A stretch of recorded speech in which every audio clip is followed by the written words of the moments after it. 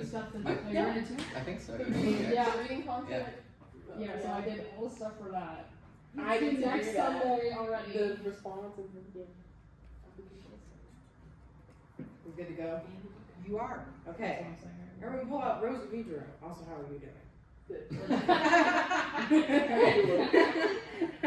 Okay, so the first thing we're going to look at is we have a time signature that might look a little funky.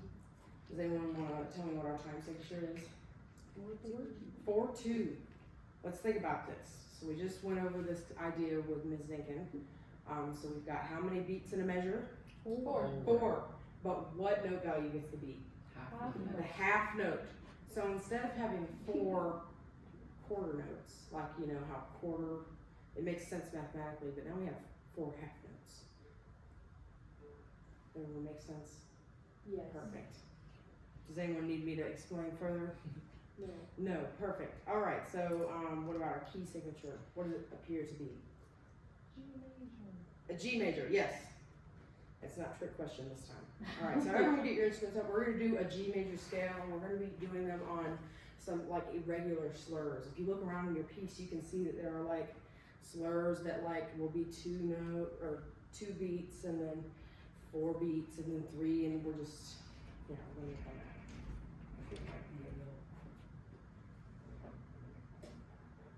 Let's just do a quick one octave G major scale, and it'll be a 2-3 slur pattern.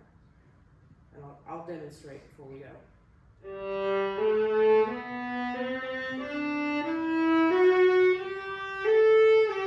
We're gonna add that 9th in there just to make it symmetrical. Everybody ready? Mm-hmm. 1, 2, and.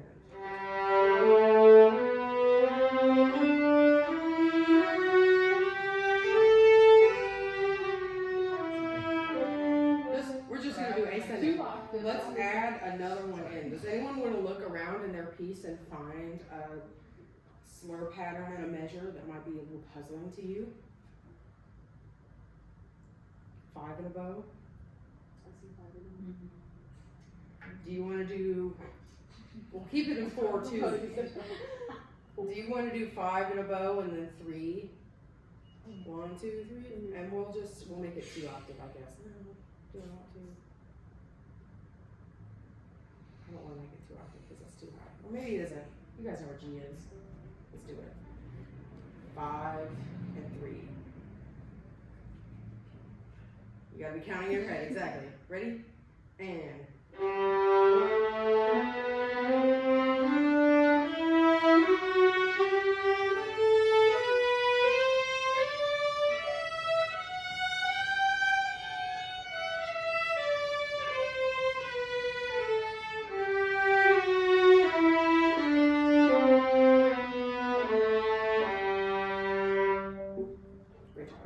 Okay, let me turn back. Let's add, so we've done these on quarter notes. Why don't we try to add some 8th notes in? And we'll do like little rhythms like this.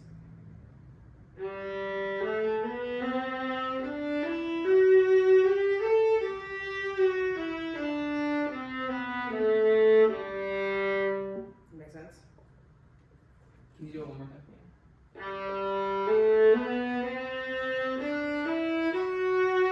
So it's not as irregular on this one. We're just gonna add those 8th notes in. 1, 2, ready, go.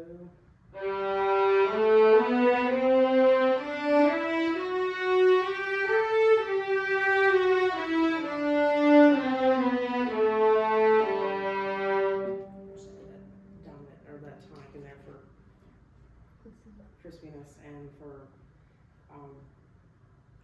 keeping us sane. All right, so we're going to look at the actual piece. I'm going to go ahead and talk about the background of the piece. So this was written in 1920 and was originally an organ piece. You'll find that this is very different from the other school pieces that you've done because no one almost is never doing the same thing at the same time. So first violins are going to be doing something totally different, while the second violins are going to be doing something totally different. Violas, cellos, and basses as well. This is also can be done in full orchestra form, but they just double our parts, so we don't need them. It's based on a hymn tune by J.D. Edwards, who's a 19th century composer, and that hymn tune we're gonna listen to in just a minute. The word Rhosymedre is the name of a Welsh village in North Wales, which is like in the UK. And I've also heard that it translates to the word lovely, and hopefully you'll be able to connect lovely and this piece together in your minds.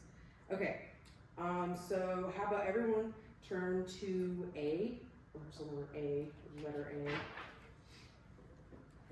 And I want everyone to be listening for where the melody might be. So I'm gonna put my instrument down. Yeah. And when we're done, I want anyone who thinks they know where the melody is to raise their hand. Everybody ready? We're gonna start on the pickup to A, which is the half note pickup to A. Does that make sense, everyone?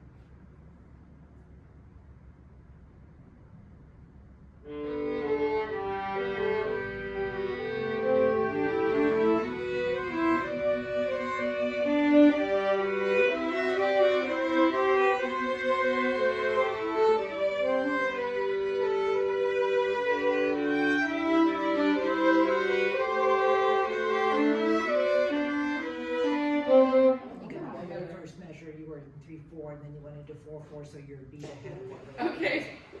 Let's try again. It happens. Go ahead and start it. I would probably just start right on A. Right on A? Yeah. I mean, It's just because it's in the middle of the tie, but then, well, it works with the people that have the tune, which I won't say who it is now. Don't give me the answer. Okay. Let's try it again. Just right on A. Forget the pickup.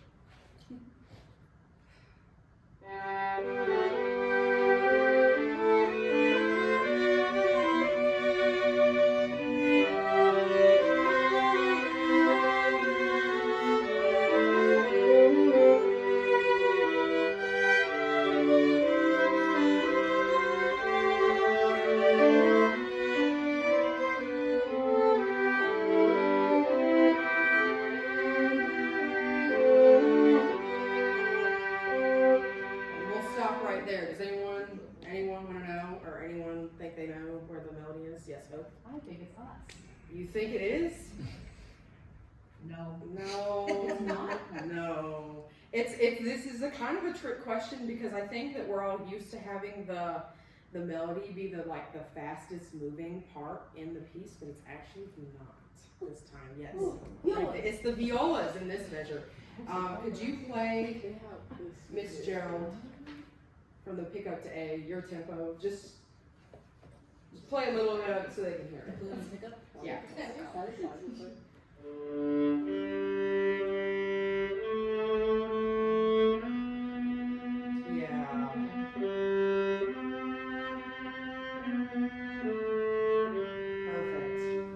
All right. Now this is passed around only twice in this piece. Let's turn to C. We're going to have another. We're going to try to figure out where it is again. Now that we know what it sounds like, it's going to be easier, but let's try it. Right on C.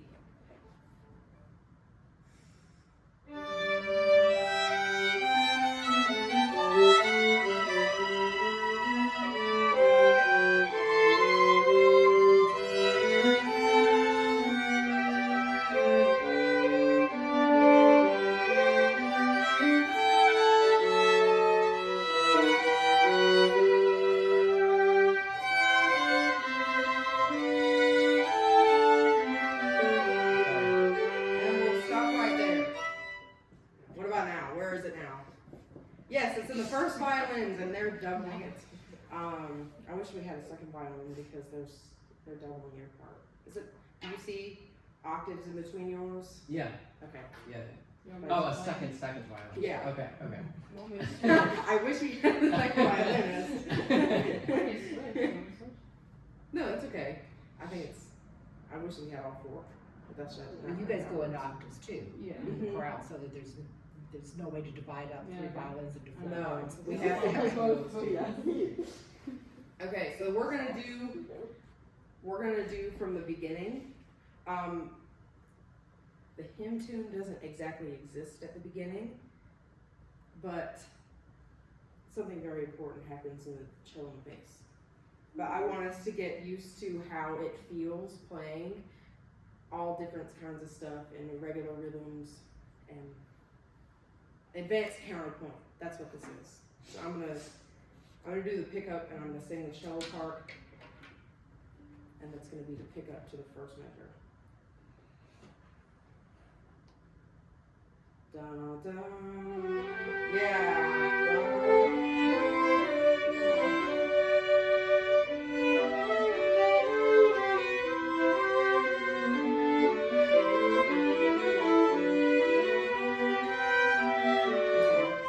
Go ahead and start again. Okay. Ba, ba.